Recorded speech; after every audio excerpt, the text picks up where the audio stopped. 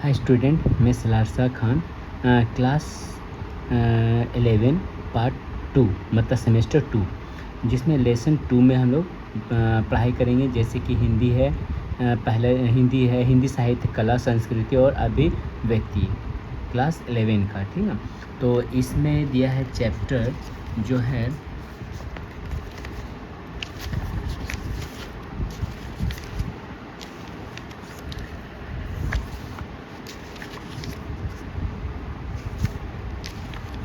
पहला चैप्टर जो है सखी वे मुझसे कहकर जाते, ये हो गया था। सखी वे मुझसे कहकर जाते हो गया था। तो अब हम लोग पढ़ेंगे जो भाग्य रेखा। तो इसमें साहित्य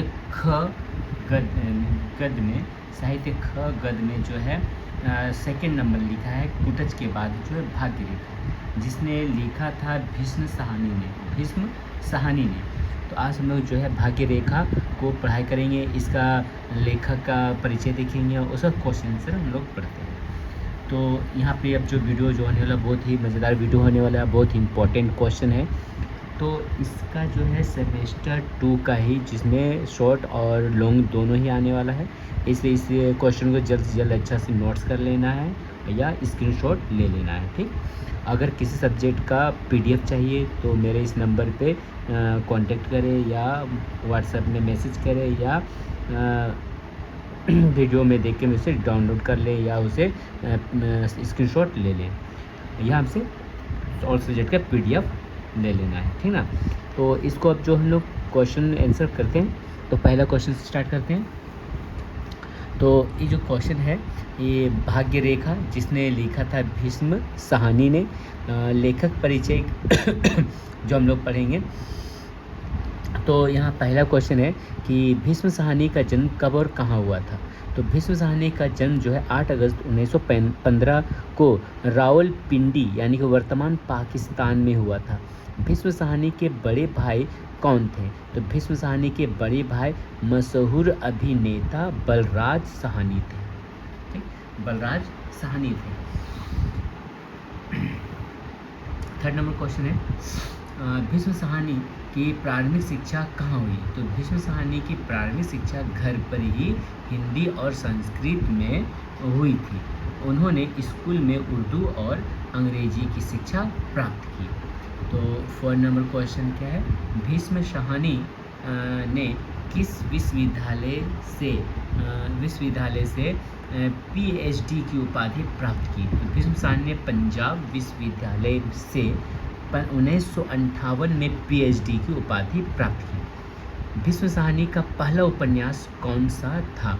तो भीष्म साहनी का पहला उपन्यास झरोखे था। तो नेक्स्ट क्वेश्चन है तमस किस रूप में चर्चित रही और किसने इसे प्रस्तुत किया। तो क्या है तमस पर गोविंद निहलानी ने टेलीफिल्म बनाई जो काफ़ी चर्चित रही। भीष्म साहनी किस पत्रिका का संपादन करते थे। तो भीष्म साहनी 1965 से 1967 तक नई कहानियाँ का संपादन करते थे। भीष्म साहनी सहमत संगठन की स्थापना क्यों की गई थी। तो सहमत संगठन की स्थापना थिएटर कलाकार सफदर हाशमी की याद में की गई थी। यह एक अंतर सांस्कृतिक संगठन है। 9 नंबर क्वेश्चन है भीष्म साहनी के प्रमुख कहानियों में से 2 का नाम लिखो। तो 2 कहानियों का नाम जो है भाग्यरेखा और वांगचू शामिल है। 10 नंबर जो है लेखक परिचय खत्म होगा। 10 नंबर क्वेश्चन जो भीष्म साहनी की मृत्यु कब और कहाँ हुई थी। भीष्म साहनी की मृत्यु 11 जुलाई 2003 को दिल्ली में हुई थी।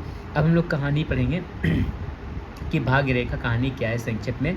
इसे सारांश क्या है कि भाग्य रेखा कहानी एक गरीब और दमे के रोगी वनमान की जिंदगी के संघर्षों और भाग्य पर आधारित है। यानी कि भाग्य रेखा जो है एक कहानी कैसा है, एक गरीब और दमे का रोगी है, मतलब एक व्यक्ति जो बहुत गरीब है और उस पर उसको क्या दमे का बीमारी भी है।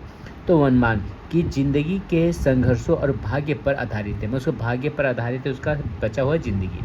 वनमान की 3 उंगलियां एक मशीन में कट चुकी है, यानी कि वो किसी मशीन में काम कर रहा था तो किसी दुर्घटनावश जो है उसका 3 उंगली कट जाता है, जिससे वह बेरोजगार है। जिसके कारण जो है वहाँ का मालिक उसे क्या हुआ, ट्रीटमेंट करने के बाद उसे अपने कंपनी से हटा देता है और 3 साल से अपने भाई पर निर्भर है, यानी अपने भाई पर ही कार्यों पर जो है निर्भर है। वो कमा रहा है, उस बैठ के जो है खा रहा है। उसकी पत्नी उसे छोड़ चुकी है और 4 बच्चों का खर्च चलाना मुश्किल हो गया है, यानी कि उसका बीवी तो चल गई है, भाग गई है, मतलब छोड़ दी है, जबकि 4 बच्चों को छोड़ के। वह ज्योतिषी से अपने भविष्य के बारे में जानने की कोशिश करता है, लेकिन उसे ज्योतिषी की बातों पर विश्वास नहीं होता। वह जीवन से निराश और हताश है, लेकिन मजदूर दिवस के जुलूस को देखकर उसे अपने जैसे अन्य संघर्षरत लोगों का एहसास होता है। अंत में वह जीवन में संघर्ष और उम्मीद की भावना को महसूस करता है, लेकिन भाग्य पर उसका विश्वास कमज़ोर बना रहता है ना, मतलब भाग्य रेखा पर उसको विश्वास नहीं रहता है। अब हम लोग जो है क्वेश्चन पढ़ेंगे इसका। मतलब यहाँ बोल रहा है कहानी भाग्य रेखा में मुख्य रूप से 4 पात्र हैं, मतलब इसमें जो है करेक्टर जो है 4 लोगों का करेक्टर दिया गया है, जिनका उल्लेख और उनके कार्य निम्नलिखित है। पहला नाम है वनमान, जो है दम्मे का रोगी है। तो उसके बारे में कार्य, मतलब उसका कार्य क्या है कि पूर्व में वर्कशॉप में काम करता था, कौन, वनमान। लेकिन एक दुर्घटना में उसकी 3 उंगलियां कट जाती है, जिसके बाद वह बेरोजगार हो जाता है। उसकी दमे की बीमारी ने उसे कमज़ोर बना दिया है और वह अपने भाई के सहारे जीवन यापन कर रहा था। तो इसमें बताया गया वनमान के कैरेक्टर के बारे में बताया गया है कि वह किसी वर्कशॉप में काम कर रहा था, जिसके दुर्घटना जो है उसका मशीन से उसका 3 उंगली कट जाता है। तो कट जाने के बाद जो है उसका ट्रीटमेंट होता है, ट्रीटमेंट होने के बाद उसे कंपनी से बाहर निकाल देता है, मतलब कंपनी में नहीं रखता है, और वो अपने भाई के सहारे बेरोजगार हो जाता है। तो अपने भाई के सहारे जीवन यापन करता है। उसके बाद है ज्योतिषी, इसमें एक है करेक्टर का है नाम है ज्योतिषी, यानी भविष्यवाणी करता है। तो वो क्या करता है कार्य, एक युवा बंगाली ज्योतिषी है जो वनमान का हाथ देखकर उसके भविष्य की भविष्यवाणी करता है, और वह पूर्वी बंगाल में शरणार्थी है और दिल्ली में ज्योतिष का काम करके जीवन यापन करता है। यानी किसी कारणवश जो है बंगाल के पूर्वी भाग की ओर रहता था, लेकिन वहाँ से भाग करके वह जो है आ जाता है दिल्ली में किसी कारणवश। तो वह वहाँ पर आकर जो है वह एक ज्योतिषी बन जाता है, जिसके कारण अपना पेट को वह पालता है। उसका 3 व्यक्ति यानी तो 3 दोस्त है उसका। ये 3 व्यक्ति कहानी की शुरुआत में पेड़ के नीचे बैठकर बीड़ी पीते हैं और बातचीत करते देखते हैं कि एक बेरोजगार या खाली समय बिताने वाले लोग हैं जो कन्नाट प्लेस के बाग में समय व्यतीत करते हैं। यानी कुछ लोग 3 मित्र हैं जो बेरोजगार है और इसी तरह जो है लफंगा जैसा अपने जीवन से नशा करते हैं, धूमपान करते हैं और इस तरह अपने जीवन को बिताते हैं। 4 नंबर है उसका भाई, जो वनमान का भाई है। तो कहानी जो है में उसका सीधा उल्लेख नहीं है, लेकिन यह पता चलता है कि वनमान अपने भाई के टुकड़ों पर निर्भर है और उसके साथ रहकर अपना जीवन यापन कर रहा है, ठीक ना। तो अब यहाँ से हम लोग क्या पढ़ेंगे, 20 इंपॉर्टेंट क्वेश्चन पढ़ेंगे, शॉर्ट क्वेश्चन जो 2 मार्क्स करेगा। तो यहाँ पे क्या है, कनाट सर्कस के बाग में कौन कौन लोग जमा होते थे। कनाट सर्कस के बाग में शाम को रसिक और दोपहर में बेरोजगार लोग जमा होते थे उस पेड़ के पास, ठीक ना। सेकेंड नंबर क्वेश्चन है, बाग में खाकी कपड़े पहने व्यक्ति किस बीमारी से पीड़ित था। तो मतलब होता है ना दम्मा, यानी कि वनमान जिसका नाम है। खाकी कपड़े पहने व्यक्ति दम्मे की बीमारी से पीड़ित था और लगातार खांस रहा था, कौन, वनमान जो है। इसमें 3 नंबर क्वेश्चन है, लेखक को उस व्यक्ति की खांसी पर क्यों बुरा लगा। व्यक्ति जो है बार बार खांस रहा था और घास पर थूक रहा था, जिससे लेखक को बुरा लगा। 4 नंबर क्वेश्चन है, खांसते हुए व्यक्ति के हाथ की उंगलियों को क्या हुआ था। उस व्यक्ति के दाएं हाथ की 3 उंगलियां मशीन से कट गई थी। 5 नंबर क्वेश्चन है, खांसते व्यक्ति ने पहले कहाँ काम किया था। खांसते व्यक्ति ने पहले कालका वर्कशॉप में काम किया था।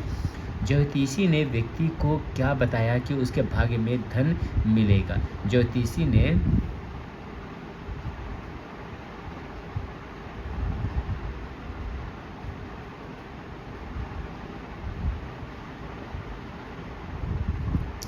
ज्योतिषी को व्यक्ति ने मतलब ज्योतिषी ने कहा कि व्यक्ति को जल्द ही धन मिलेगा, भविष्यवाणी ही किया था, और उसके हाथ की रेखाओं में त्रिकोण बन रहा है। और ज्योतिषी को व्यक्ति ने क्यों थप्पड़ मारा। तो ज्योतिषी ने 3 साल से भाई के टुकड़ों पर पलने के बाद ही ज्योतिषी के धन मिलेगा कहने पर उसे थप्पड़ मारा, यानी कि वो गलत धारणा वो जो है उसे दे रहा था।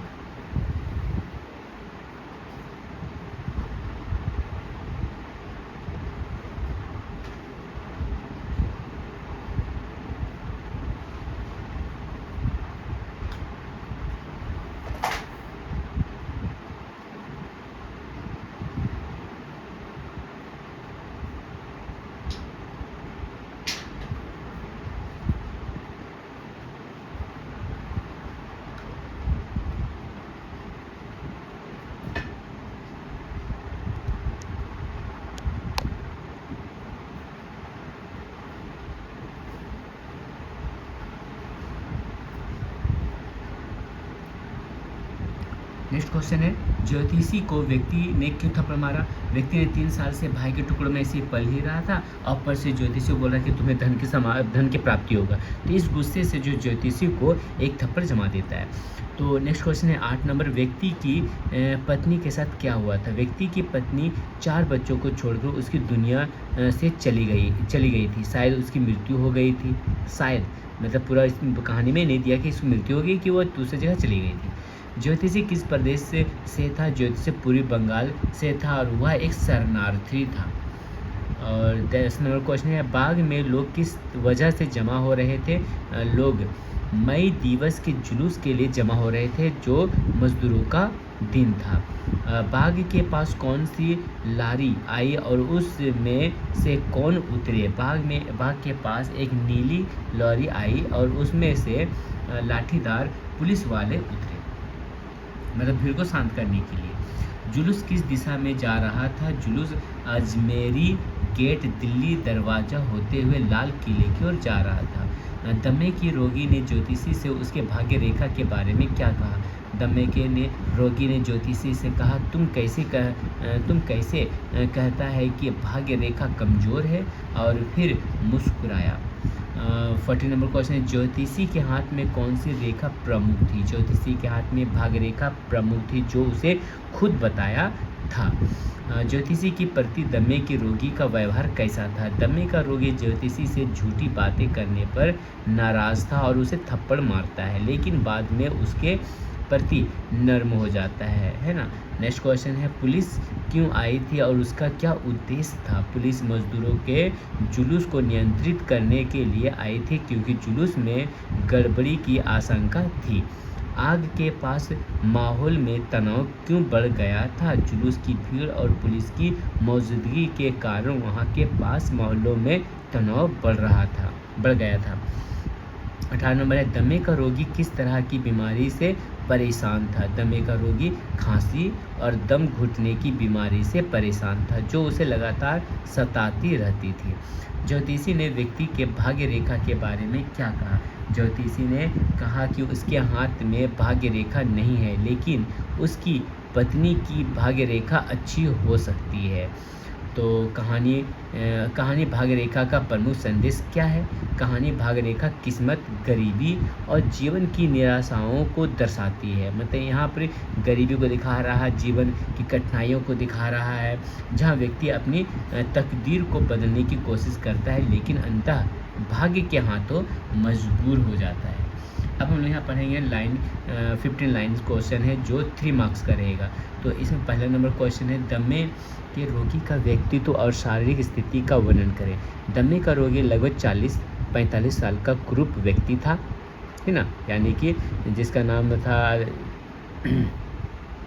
उसके सफ़ेद छोटे बाल थे, चेहरा काला और झाइयों से भरा हुआ था, उसके दांत लंबे और कंधे झुके हुए थे, यानी कि मतलब उसकी स्थिति बहुत ही ख़राब थी। उसकी खांसी गंभीर थी, उससे उसे सांस लेने में दिक्कत होती थी और वह लगातार घास पर थूक रहा था। तो ये था दमे के रोगी के व्यक्ति और शारीरिक स्थिति का वर्णन है कि उसका शारीरिक स्थिति ठीक नहीं था, इस तरह का प्रॉब्लम उसको था। सेकेंड नंबर क्वेश्चन है यहाँ पर, लेखक ने दमे के रोगी से पहले बातचीत में क्या कहा और उसका क्या प्रभाव पड़ा? लेखक ने पहली बार दमे के रोगी से उसकी खांसी और थूकने की आदत पर टिप्पणी करते हुए कहा कि विदेशों में सरकार ने जगह जगह बिग दान लगाए हैं ताकि लोग घास पर ना थूके। इस पर व्यक्ति ने मुस्कुराते हुए उत्तर दिया कि शायद वहाँ के लोग को ऐसी खांसी ना आती होगी। यह वार्ता रोगी के व्यवहार की झलक देती है।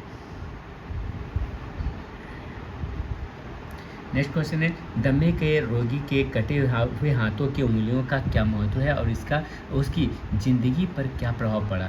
दमे के रोगी के दाएं हाथ की 3 उंगलियां मशीन में से कट गई थी। इस कारण उसे कोई काम नहीं मिला क्योंकि मालिक को 10 पूरी उंगलियों वाला कामगार चाहिए था। इस घटना ने उसकी जीविका को बाधित कर दिया और वह बेरोजगार हो गया। 40 नंबर क्वेश्चन है, ज्योतिषी ने दमे के रोगी के हाथ की रेखाओं के बारे में क्या भविष्यवाणी की।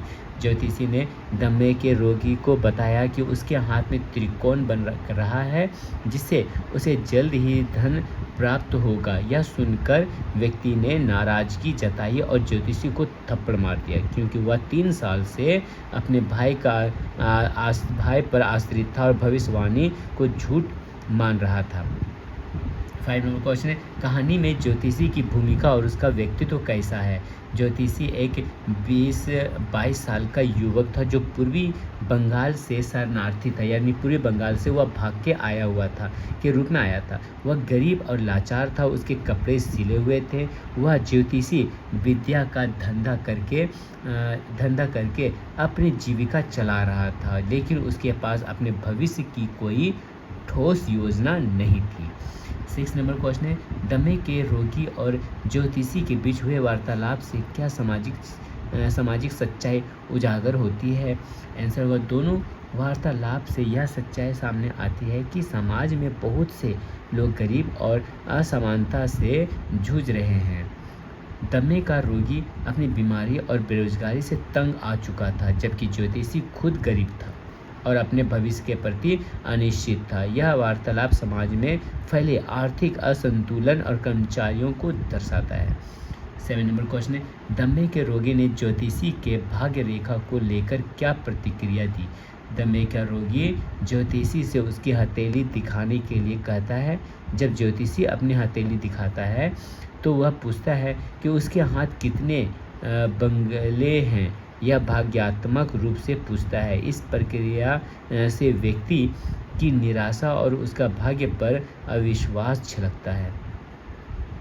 8 नंबर क्वेश्चन है, मजदूर दिवस के जुलूस का कहानी में क्या महत्व है। मजदूर दिवस का जुलूस कहानी में महत्वपूर्ण सामाजिक संदर्भ को दर्शाता है। यह मजदूर वर्ग के संघर्ष और उनके अधिकारों की मांग को उजागर करता है। दमे का रोगी जो खुद एक मजदूर रहा था, जुलूस को गौर से देखता है, जिससे पता चलता है कि वह खुद भी उन संघर्षों से जुड़ा हुआ है।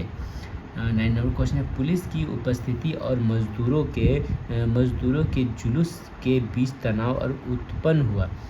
जब मजदूरों का जुलूस बाग के पास पहुंचा तो पुलिस ने लाठियां संभाल ली और लाठीचार्ज की तैयारी की, जिससे माहौल में तनाव बढ़ गया। मजदूरों की संख्या बढ़ती गई और उनके नारों से स्थिति और भी गंभीर हो गई, जिससे पुलिस और जनता के बीच टकराव की स्थिति बनने लगी।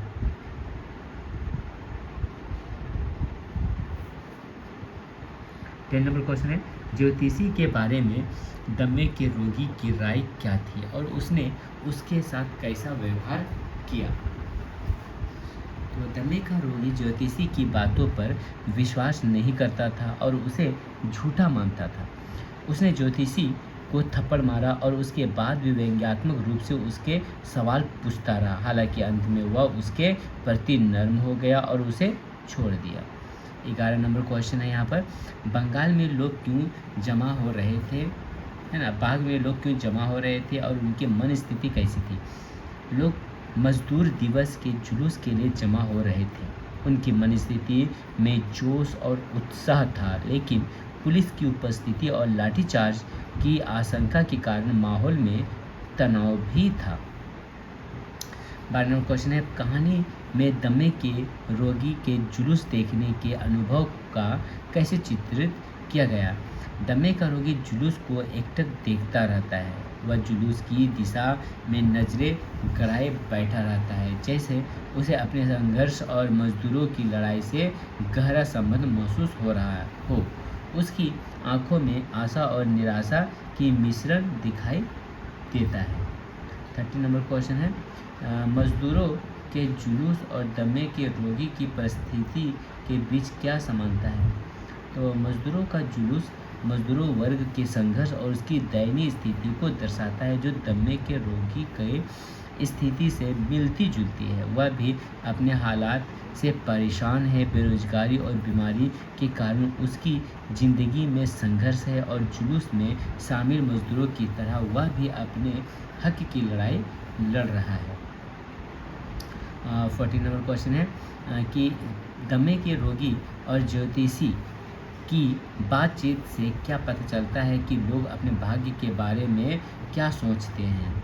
तो इस बातचीत से पता चलता है कि लोग अपने भाग्य के प्रति अनिश्चित होते हैं और किसी निश्चित भविष्यवाणी की तलाश में रहते हैं। ज्योतिषी की बात पर दमे का रोगी पहले गुस्सा करता है, क्योंकि वह अपनी कठिनाइयों से जूझ रहा होता है, लेकिन फिर भाग्य को मानने के अलावा उसके पास कोई विकल्प नहीं बचता। नेक्स्ट क्वेश्चन है, भाग्य रेखा शीर्षक का कहानी के कथानक से क्या संबंध है? आंसर होगा भाग्य रेखा शीर्षक कहानी के कथानक का मुख्य उद्देश्य है कहानी में ज्योतिषी हाथ की रेखाओं के आधार पर भविष्यवाणी करता है, जबकि दम्मे का रोगी अपनी किस्मत और कठिनाइयों से निराश है। यह शीर्षक इस बात को इंगित करता है कि उसकी लोग अपने भाग्य और जीवन की दशा को लेकर असमंजस्य में रहते हैं, और उनके संघर्ष किस्मत की रेखाओं से जुड़े होते हैं। ये हो गया 50 नंबर क्वेश्चन, जो है तो ये 3 मार्क्स का रहेगा। अब यहाँ से हम लॉन्ग क्वेश्चन पढ़ेंगे, जो 5 नंबर का क्वेश्चन रहेगा। तो 5 नंबर क्वेश्चन है, कहानी भाग्य रेखा में दमे के रोगी यानी वनमान का चरित्र चित्रण विस्तार से करिए। उसकी जीवन की कठिनाइयों और उसकी मानसिक स्थिति का वर्णन करें। तो इसका आंसर ये वाला है, जो 5 मार्क्स का क्वेश्चन रहेगा। तो ये आंसर जल्दी से स्क्रीनशॉट ले लें या इसे नोट डाउन जल्दी कर लें। फिर सेकेंड नंबर क्वेश्चन है, ज्योतिषी और वनमान के बीच हुए संवाद का गहराई से विश्लेषण करें। इस संवाद के माध्यम से लेखक ने कौन कौन सामाजिक समस्याओं को उजागर किया है? ये क्वेश्चन है, इसका आंसर ये वाला है।